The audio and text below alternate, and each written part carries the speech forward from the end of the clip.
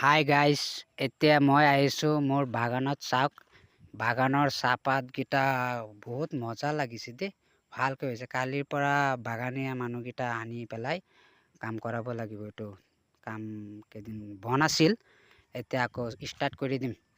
Okay, please like share কৰি দিয়ক। I am to Assam.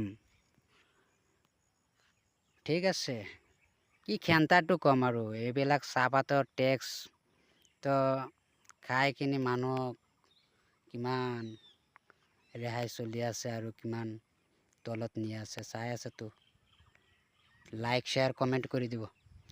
টাইগাৰটো পাহাৰ চিপাই চাপাই থাকে আৰু নেজানে নেকি? এইটো টাইগাৰ য'ত না ত'তে আৰু পাই যাব।